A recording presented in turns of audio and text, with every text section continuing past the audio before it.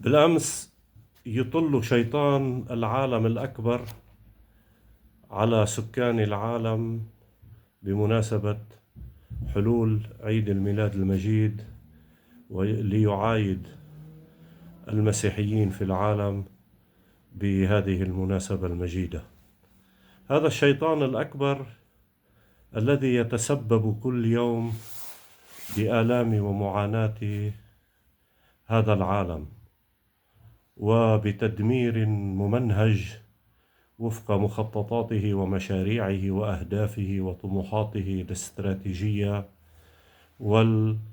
والمالية، مما يتسبب في خراب هذا العالم، وهو دونالد ترامب. نعم، هذا الشيطان الأكبر الذي اليوم يمثل بسياساته التوسعية والاستعمارية وباحتضانه ورعايته للإرهاب الدولي في كل مكان،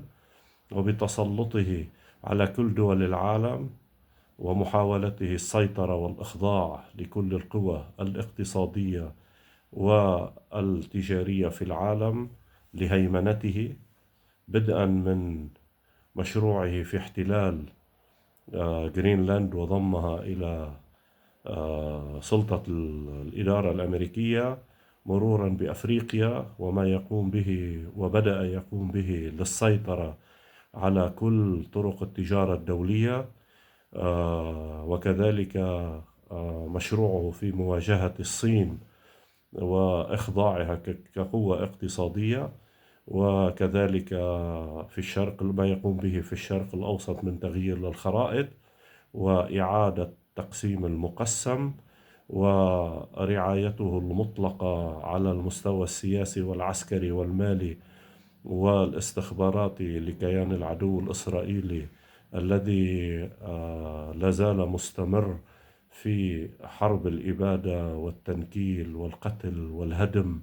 للمنازل وقتل الأطفال والعائلات المدنية وهدم البيوت في غزة والضفة وجنوب لبنان. كل ذلك ويطل علينا بكل وقاحة وبحالة من الانفصام عن واقعه الذي يرسمه اليوم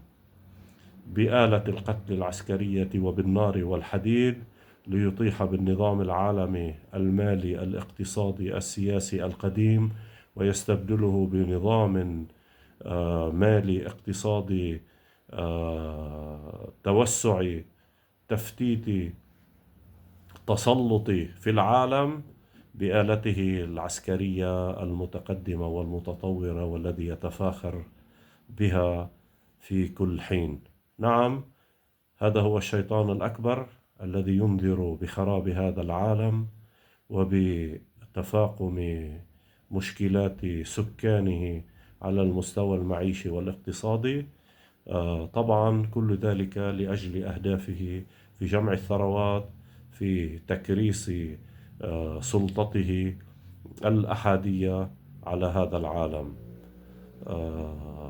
ومن اليوم يظن بأنه يمكنه العمل خدمة لمشروع ترامب في نزع سلاح ونتنياهو في نزع سلاح المقاومة في لبنان، نقول له أن هذا السلاح هو سلاح لبناني بامتياز، ولم يعد سلاحا شيعيا، لأنه ضمانة كل لبناني حر. وهذا السلاح هو الذي سيحمي لبنان من كل تلك المشاريع التي تتهدد وجوده وكيانه وحدوده وهويته. فإذا قررت هذه السلطة المسيطر عليها من قبل الأمريكي أن تمضي في مشروع نزع سلاح أو خطة نزع سلاح المقاومة في شمال الليطاني، نقولها بالفم الملآن كلبنانيين أننا لن نسمح بذلك، وسنقاتل هذا العدو الإسرائيلي قتال الاستشهاديين. نعم، اللبنانيون اليوم أمام استحقاق خطير إذا لم ينحازوا إلى وحدتهم الوطنية كمسيحيين ومسلمين دروز وسنة وشيعة وباقي الطوائف والمذاهب، إذا لم نتوحد في مواجهة هذه المشاريع التي تتهدد لبنان، نكون بأنفسنا نسلم لبنان إلى الأعداء ويصبح في غياهب الماضي والتاريخ. اتعظوا مما يجري في سوريا، ولا خيار لنا إلا بالوحدة الوطنية والالتفاف حول هذه المقاومة الوطنية اللبنانية الشريفة التي رفضت أن تساوم، رفضت أن تقوم بأي تسوية على حساب لبنان ومصالحه وبقائه واستمراره.